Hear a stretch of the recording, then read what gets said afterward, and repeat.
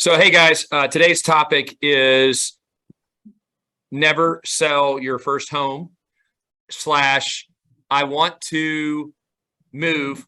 Me and my wife and I, me and my husband, we live somewhere and we like our house, but we've outgrown it.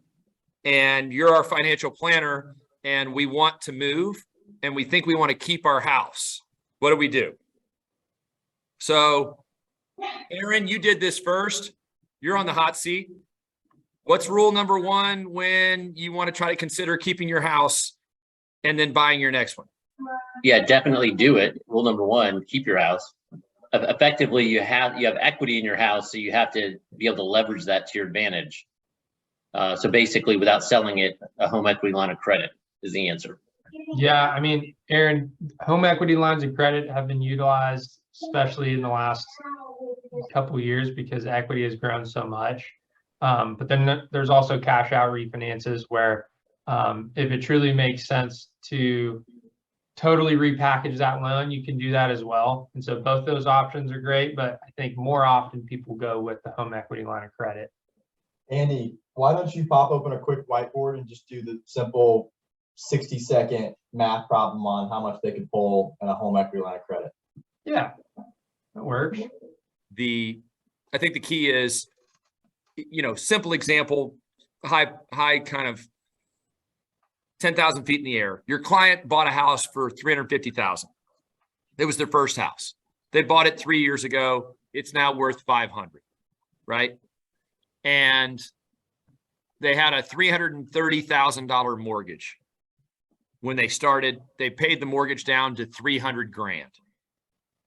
Just use that as a number. So they've got 200,000 in equity. What will a home equity lender lend them? Normally, 80% loan to value is pretty conservative. So 80% of $500,000 is 400,000. But wait a minute, they have a mortgage of 300. So the home equity lender will lend them the difference, $100,000. That would be at an 80% loan to value. 90% loan to value, a lot of home equity lenders will go there. That would be 450,000 from 500. And the home equity line would be 150,000 in this example. Everybody understands how simple a home equity line is once they see it. But what they're not understanding, and what several financial planners have always said to me, Troy, Trey, different guys I've talked to through the years, they've always said, hey, this is called leveraging. This is the power of leverage, right? This is you're taking the equity out of this asset, putting it somewhere else. So I think the big concept of home equity is that you're just using it to make that the key to start the process for the next home. The big unknown for most people that want to turn their home into a rental property for the first time. Essentially, I'm becoming a landlord. What are the ABCs to that? Andy, what do you think first step for a financial advisor to tell their client would be? First step is always going to be talk to someone who knows how to do these types of loans. One of us, I mean, we don't do HELOCs ourselves, but we will be able to get them connected with someone who can tell them how much leverage that they can pull out. Okay. Time out 1 second. We were going home equity line allows them to know that they could pull the equity out. And then it's like, ooh, the idea of being a landlord. What's phase one of landlord? The last part is the mortgage. First step is just going on Zillow, literally finding a comp in your area that's currently listed for rent and seeing what they're trying to rent their property for, and then kind of ballpark that to see what you could rent your place for. 100%. So normally the rule of thumb is that per bedroom, depending upon the market, you could go between $750 a bedroom up to, let's say, $2,000 a bedroom.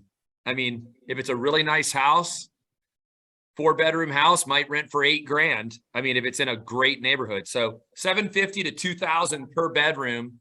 Zillow rents, or like you could type in, home rental, Green Hills, Nashville. Like, it's going to pull up all the sites that have rental properties available. What's second step? Grant?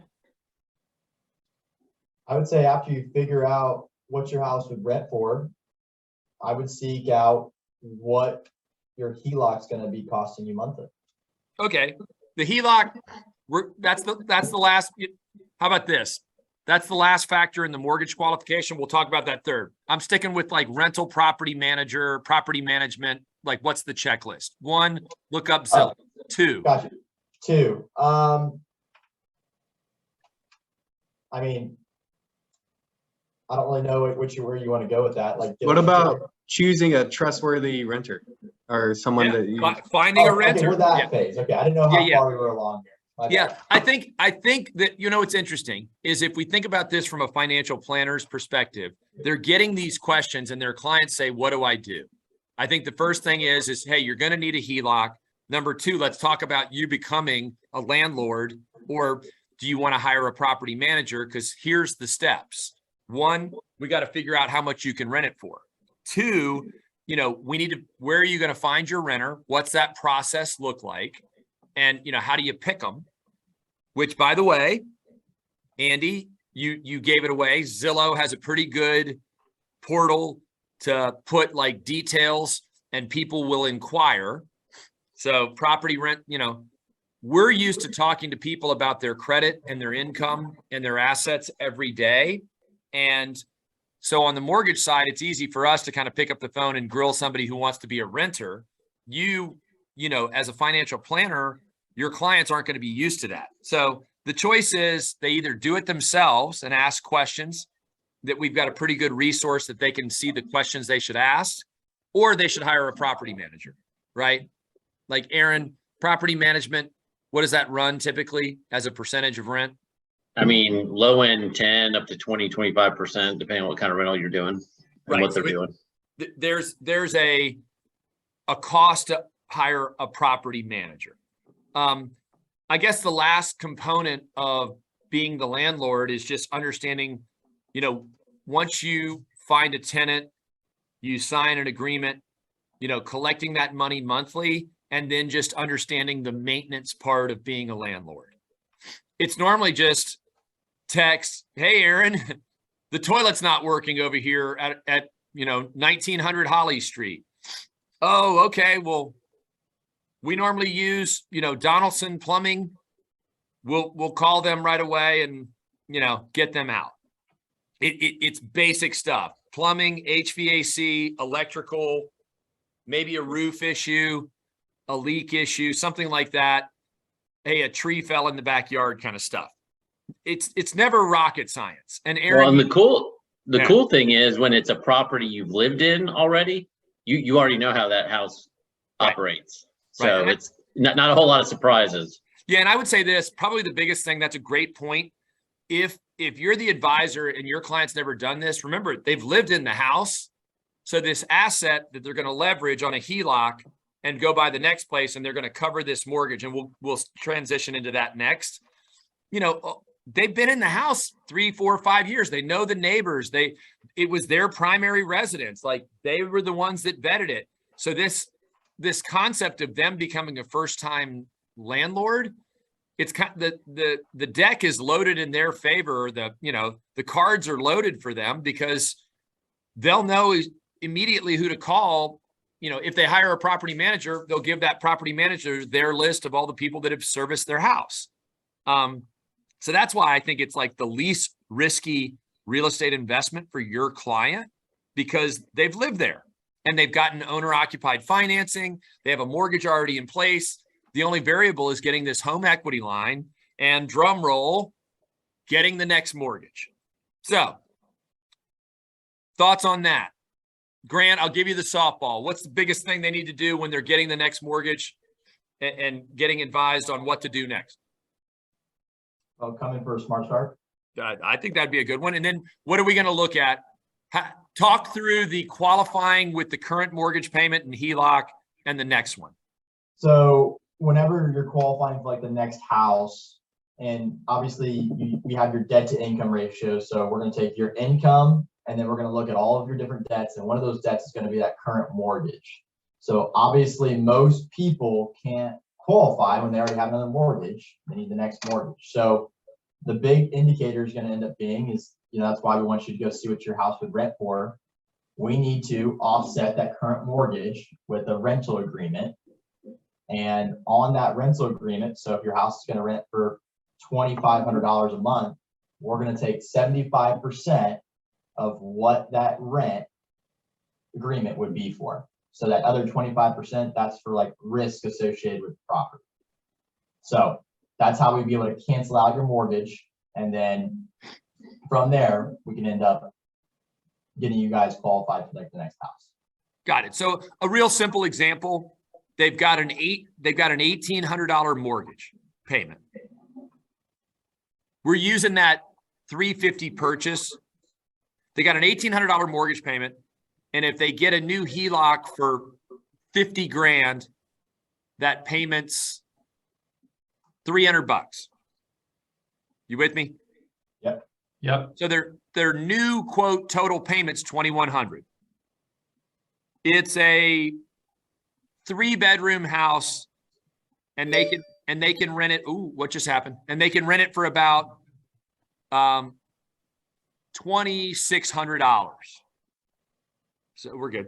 They can rent it for about $2,600, and 75% of $2,600 is pretty close to $2,100. 2,600, $1,950. $1,950. So they'd be slightly negative with their house counting 75% of the rent. We're doing an example here. Perfect. 350 goes up to 500,000. Yeah. I guess. And then what do you say they could rent it for? 2,600. So we have mortgage of 1,800. Yep. And And then then HELOC.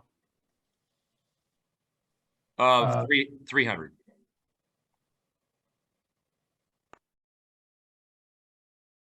$2,100. 75% of 2,600 is 1,950. So the debt against them would be $150 a month. That 75% is of the 2,600. Oh, correct.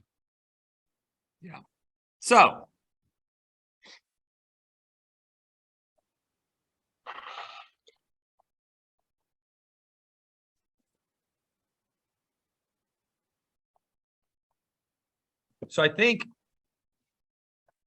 the big key is, how do you qualify them for the next piece? Aaron? Well, basically, you're going to see how much down that HELOC is going to allow them to put. So you kind of look at it, 2 standalone pieces where you're the purchase price of the new property with how much down, take all their other debts. And then one of their other debts being their current mortgage in this scenario is going to be just like a $150 a month payment instead of a $2,100 a month payment.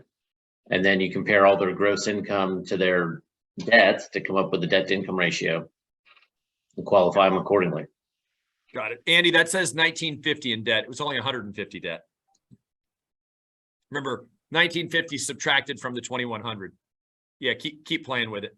So it becomes a formula that essentially the next home, here's everybody's life, right? Hey, we bought a 350 home. It's worth 500 now. If we can rent it and cover and have positive cash flow, and essentially you're telling me as a mortgage person that mortgage no longer counts against me, or it counts against me very little, then me and my wife, we like this school district over here. We're getting ready to have a kid, or we're having kid number 2, and our young kid now, we've done Montessori and Mother's Day out, but we don't like the school system where our house is, and we've looked at this new place and it's $700,000, right? Because they always have something in mind. And then it's not rocket science, and we don't have to do the calculation, because we're just making up numbers here to show you kind of a good picture, which, by the way, we could screenshot this, Andy, and this might be something we send a PDF of. The easiest thing would just be running the numbers once the debt's not counted fully against them for the house, and then going, okay, here's what the next payment looks like. I always tell people in my world, this is like the straddle. This is like you're in one canoe, you want to stand up and you want to get into another canoe that's bigger. So this is like the canoe, this is the house straddle, or you're, and there's always like a little risk, right? So when you're straddling properties, there's that vulnerable feeling of, oh my God, what if I had 2 mortgage payments? What if I can't find a renter right away? Or all these things kind of creep in. And we don't want to bore you with those details because every scenario is a little different. Just like when you're planning for someone's future and you're doing their financial plan, there's no 2 couples that you've ever done the exact same plan for. There's always a nuance. Any thoughts on that, Grant, Andy, McCain, or Aaron, about the subtleties of like when these people are getting ready to do this, just that vulnerable feeling of, okay, I'm getting ready to take the plunge and vacate this property? Yeah, that's definitely a real emotional consideration. I also think when you show them, and if they're working with a planner, they're already thinking like long-term investment type wise. Right. You show them how their renter is basically going to pay their principal down and their assets going to appreciate. Yeah. And then that's kind of the offset to the risk or that uneasy feeling that they have. Right. And here's the other part. Having reserves so that when stuff does happen is kind of important, right? Aaron, you went on mute. Yeah, definitely. No, that the reserves is a big thing. And then also even just showing the extra, the extra money that we can't count, the 25%, that's real money to them in their pocket. Right. Where help offset the new payment or however they want to look at it. Yeah. In that scenario, they were getting $2,600 a month. The total cost was $2,100. They're making $500 a month in a rental account to, pay for damages, fix things or whatever.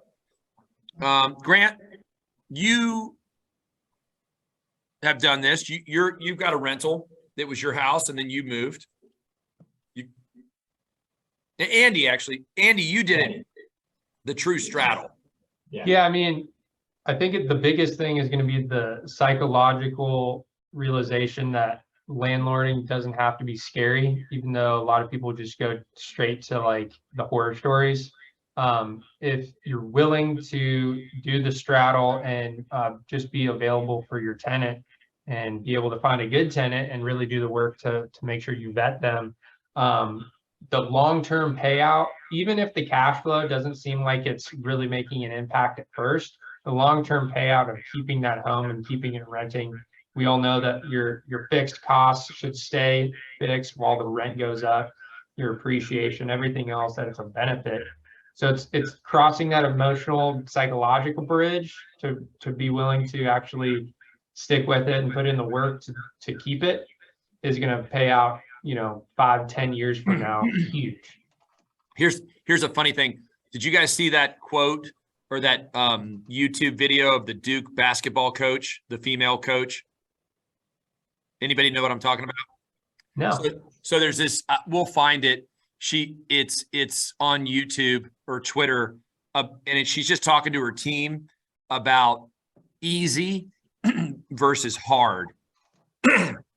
And she basically says everybody wants something that's easy in life, but when it's easy, it literally, that's the way poor people operate, or people that just literally don't get things done in life.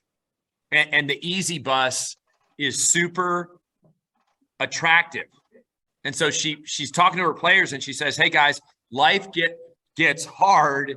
And when you get better at handling hard, that's the mindset of someone who's growing. They're better at, they did something hard. Now they can handle it. It's not easy. They're just better at handling it.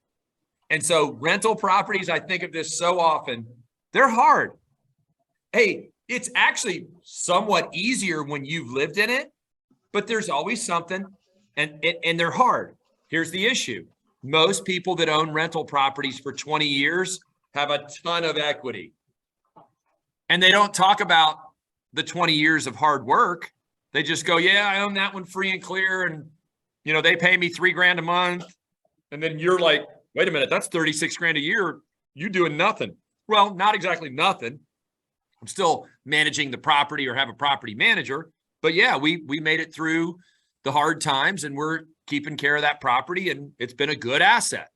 So my friend, client, he's older. He always said, hey, if you take care of your properties, they will take care of you. And that was like, and he owned about 40 rentals at that time. The irony was his son, who owns a ton of rentals and they're very wealthy by conventional standards. They're not billionaires or gazillionaires, but they own a lot of property and they have a great lifestyle. He's like, my dad didn't do that good of a job taking care of his property. But ironically, he did a decent job because they're worth a ton. But the point being, owning rental properties, multiple rental properties can become a part-time job.